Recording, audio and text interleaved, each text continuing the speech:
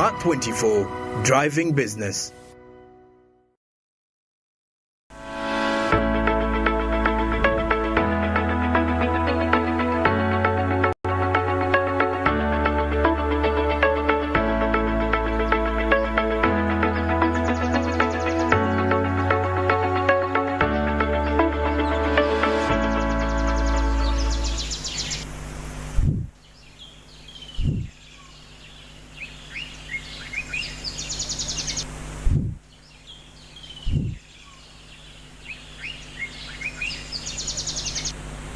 Good morning, how are you doing? It's Friday the 21st of October 2022. We are here again. Smart means business. Hope you're doing well, and wherever you're doing, wherever you are, I hope you are catching up definitely. My name is Jerome Paul Sonko and this is Smart Means Business. You're watching Smart 24 TV, where we drive your business 24/7 by giving you business updates and business information as it does happen across the world and across the entire African continent, because all these particular updates do come in here to just help you understand how the space in business is moving and how you can definitely relate to it in your everyday life. Now, speaking of which, we start off with the news recap after this particular commercial, as there is something to do with the Daily Monitor highlighting the most corrupt districts and agencies.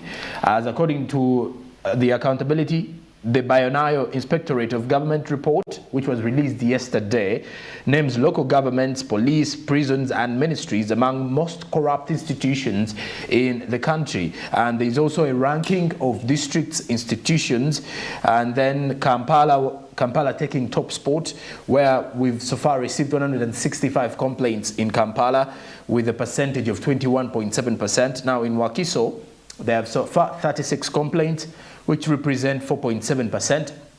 Then Buyikwe has got 20 complaints representing 2.6%. Mbale, 18 complaints, that represents 2.4%. Then there is Masaka, 17 complaints representing 2.2%. Now on the other hand, Jinja is representing 16 cases, is representing 2.1%, which represents 2.1, no, that represents 16 complaints from the district of Jinja. And if you're to look at more of that situation here, as institutions, local governments, over 293 complaints from the local government officials, that is in regards to corruption, representing 38.5%. Police has so far got 40 complaints, 41 complaints so far. If you're to look at the complaints that have been coming in, then there is a lot of corruption in the Ugandan police. 41, that represents 5.4%. In the education ministry, 20 cases and 20 complaints representing 2.6%. KCCA 19. The same applies to prisons and the tertiary institutions. Now all that represents 2.5%. The journey to end corruption in Uganda is still taking a long journey, but it's something that we cannot stop identifying. Then also in the other stories, still with the Daily Monitor, Uganda Revenue Authority is clearing trucks carrying animals and poultry feeds for the next 30 days. Provisionally, the Uganda Revenue Authority released about 131 cargo trucks loaded with raw materials for animal and poultry feeds destined for Kampala. So that is more of the Daily Monitor in regards to the business. Then also, lastly, with the press review, we look at the new vision, is that more of, there is a pictorial here on the front page showing President Museveni meeting export promotion team, as the president was with the Presidential Advisory Committee on Export and Industrial Development during a meeting at his farm in Chisozi, that is Gomba district, yesterday. He did advise sugar companies to grow their own sugar cane, according to what the New Vision has highlighted here. Now, the government has also issued tight rules for supermarkets. How about that one? And how will the supermarkets get back on board with this particular report? Then also the New Vision showing 5 district officials have been held over corruption, another story over corruptions, and that is more of the New Vision. Then lastly, also the New Vision explains land fees. There is a report regarding government explaining the land fees. Which land fees? You can get that more from these particular print medias that have been that have actually on sale today. And that is it for the press review this morning. Away from that, let's get into the SMB International News.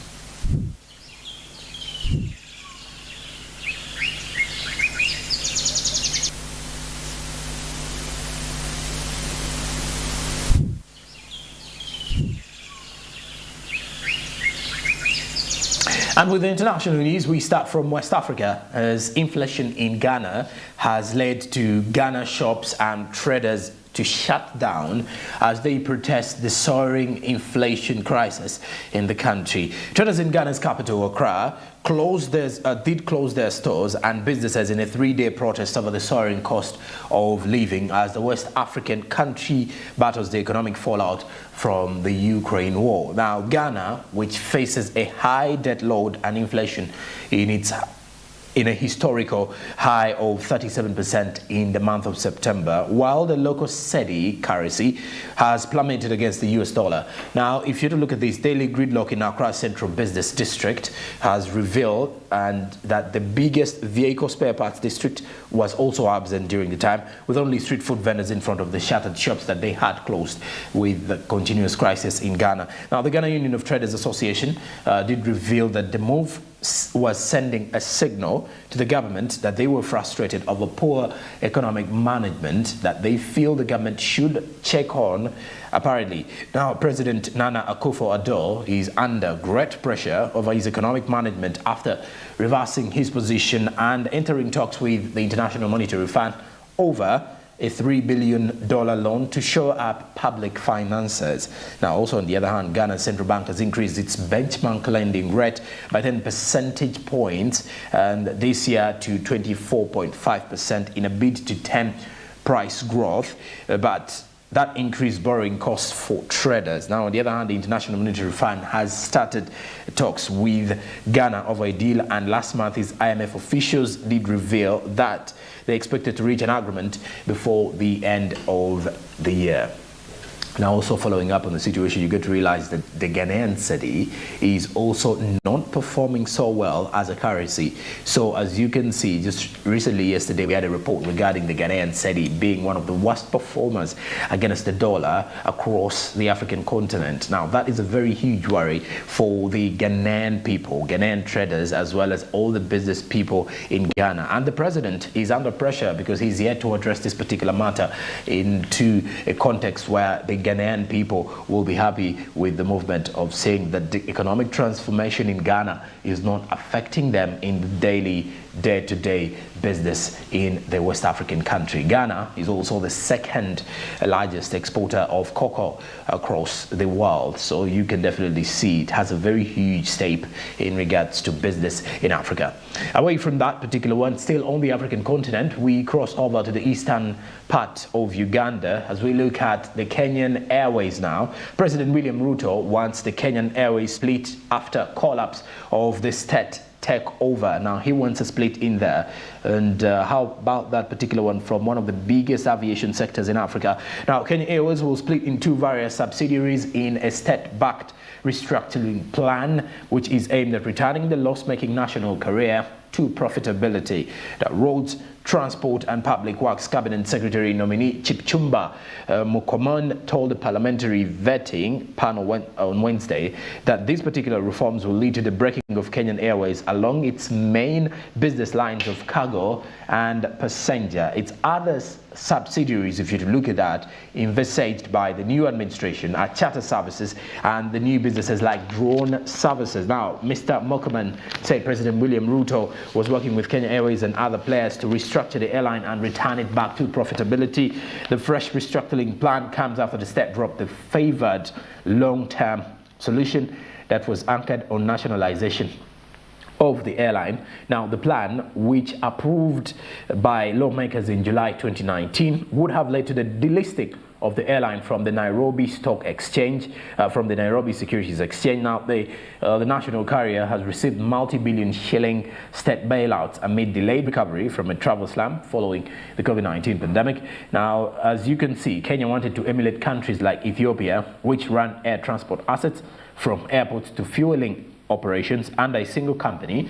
this using funds from the more profitable parts to support others. Now, under the model approved by members of parliament, Kenya Airways would become one of the 4 subsidiaries in an aviation holding company. The others would be Jomo Kenyatta International Airport, an aviation college, and the Kenya Airports Authority operating all other airports in the country. The previous administration, which was replaced by Dr. Ruto on September 13th, pushed for the restructuring of the carrier on the back of the multi-billion shilling bailout after dropping the nationalization plan in Kenya. Now, Kenya Airways recorded a 9th consecutive half-year loss, sinking a 15 billion Kenyan shilling deeper into a negativity equity position, which is not good for the aviation sector in Kenya. Now, the airline, which has been surviving on state bailouts since the COVID-19 pandemic broke out, reported a 9.8 billion Kenyan shilling loss in August.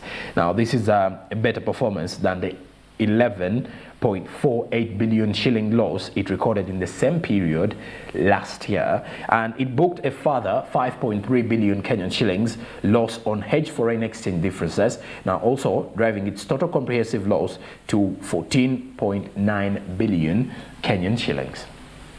And away from that, we head to Zanzibar, still on the African continent, as there is an outcry in Zanzibar, on the island country, that the outcry has been brought about by the fact that the coconut prices have risen amid production shortfall. Now, the retail price of coconut has risen, causing consumer complaints in Unguja Island, that is in Zanzibar. The popular dish quantity is now selling between 1,500 Tanzanian shillings to 2,000 Tanzanian shillings. That's approximately $0.64 to $0.86 in the Unguja commodity market, depending on size and retail location, with the consumers and retailers expressing their fears. Now, the Archipelago's Minister for Agriculture, Shamata Shami Kamis, does blame the rise in the price of coconut to a decrease in local production, with the furniture makers now using coconut trees as raw materials. Now, the hotels are now using furniture made of coconut tree, and the value of such furniture surpassed the other types of wood. The minister said the speed of regrowing coconut trees to compensate on the lost ones has been overtaken by carpentry demand for such wood. Then consumers say a household uses 3 coconuts for cooking dishes per day, which significantly raises the daily family budget. Now, Machano Haji Bakri, who is among the residents in Unguja, said many coconut trees have become old and people are only harvesting the nuts without replanting, hence the decline in local production. And then Bakari, who orders coconuts from the mainland, said that they buy them for 1,000 Tanzanian shillings per piece, with an addition of 180 Tanzanian shillings for transport expenses. So if you to look at how this is affecting them in the long run. Now, in the past, Zanzibar was known to be a very stronghold for cloves and coconut production across the region. It used to produce byproducts like copra, coconut oil, and fibers, which were used to manufacture carpets, among other products. That is in Zanzibar. And that is it for the SMB International News. Let's get some motivation and inspiration. It's in the morning that we bring you the business tip and the business quotes. But first, we start with the business tip.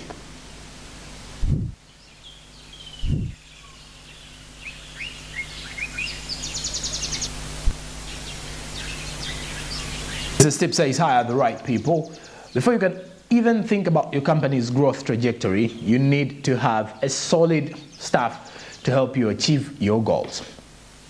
Hiring the absolute best people you can is surefire way to ensure fast growth, according to Christian Lang, CEO and co-founder of business software provider TreadShift. It's all about having the right team on your board. Yes, and sometimes you get to realize that in most cases, if you have the right team on board, it is very, very vital and important for you as an individual or as a business person or as a business owner to at least see your business grow. Because once you have the right people, you do not need to force them into doing the right things, or you're not supposed to keep on reminding them of doing things that they already know. Because at the end of the day, the right people definitely know what to do, how to do it, how to execute the duties, and how best they can definitely do so in most of the situations. So at the end of the day, you get to realize sometimes that in life and in the light that we're actually moving in, it is something that we should definitely think about at the end of the day. We should definitely be remembering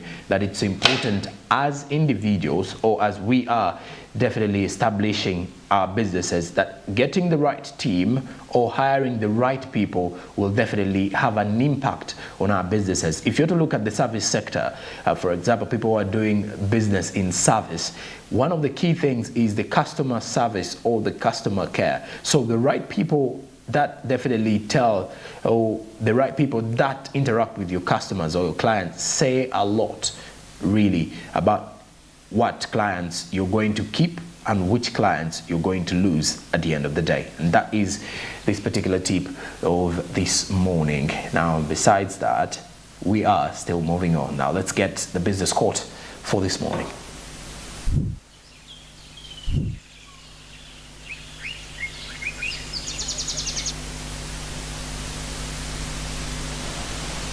Tim O'Reilly, who is the founder and CEO of O'Reilly Media, says that money is like gasoline during a road trip. You do not want to run out of gas on your trip, but you're not doing a tour of gas stations. Well, I think this is quite open if you're to look at the situation here, that if you are moving into a situation of making money, it should not be your main focus.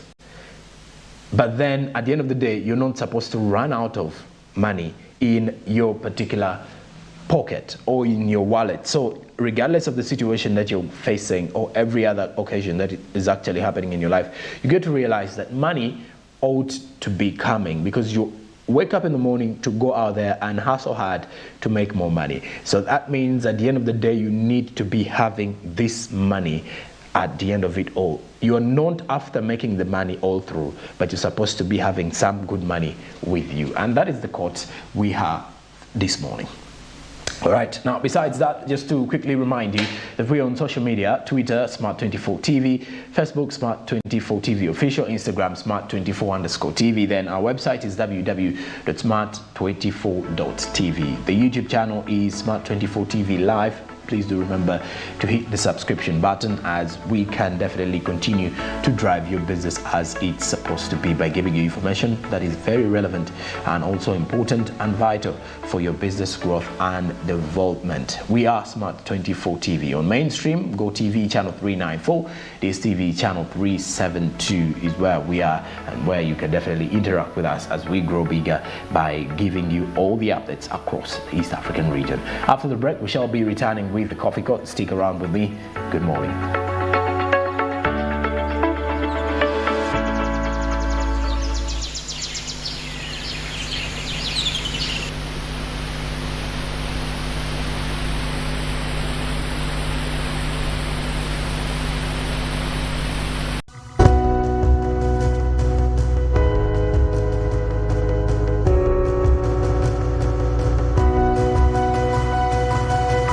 Smart 24, driving